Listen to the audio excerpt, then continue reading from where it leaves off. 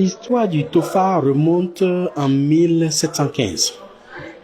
Mais avant ça, il faut reconnaître que la dynastie était plongée sous le règne du jeune et nouveau roi Dosso Agadia. La dynastie était plongée dans une sécheresse qui avait duré 3 ans, de 1711 à 1715. Cela a entraîné une insurrection. Et l'insurrection avait obligé le roi Dosso Agadia à rentrer dans les maquis. Il s'est réfugié à Kanantata. Et tous les moyens spirituels en vigueur à l'époque dans la dynastie ont échoué, n'ont pas pu ramener la pluie.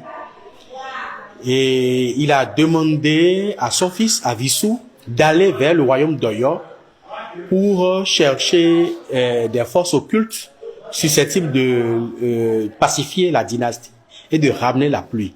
Et c'est comme ça que Vissou est parti à Oyo, au niveau du royaume d'Oyo, et a ramené le ministre d'orientation et du culte du roi d'Oyo à l'époque, qu'on appelait Adébeolo. Lui dit que la première des choses que lui sait faire, c'est de procéder à une consultation sur l'état de la nation.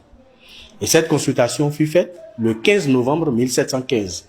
Et le signe qui était sorti à l'époque, c'était tout la Bougli. C'est sorti le signe qui était sorti à l'époque, qui disait Zunko, Zunko, Zunko, Zunko, Zunko, Zunko. Et le grand papa, c'est un peu baissant en fond de ya. Zunko, Gano et Dia, soit tout mien. Tout la Bougli, soit yon mien. Donc, le signe parlait d'ingratitude. Et l'ingratitude était manifeste vis-à-vis de sa grande sœur, qui avait régné pendant 3 ans, 1708 à 1711, qu'on appelait Tassirangwe. Et le jeune a fomenté un coup d'État, l'intrigue politique, a fomenté un coup d'État pour renverser sa grande sœur, pour prendre le trône. Et sa grande sœur n'a pas digéré ce coup d'État, ce coup de force, et a fait une malédiction. Et c'est la conséquence de la malédiction qui a donné la sécheresse. Donc, on a fait la consultation, et celui qui a fait la consultation, il a proposé des sacrifices. On a fait les sacrifices. Il y a un sacrifice qui concernait un Khebioso, qu'il faut aller déposer à un carrefour. Celui qui allait déposer le sacrifice, avant qu'il ne revienne, la pluie avait déjà commencé à abommer.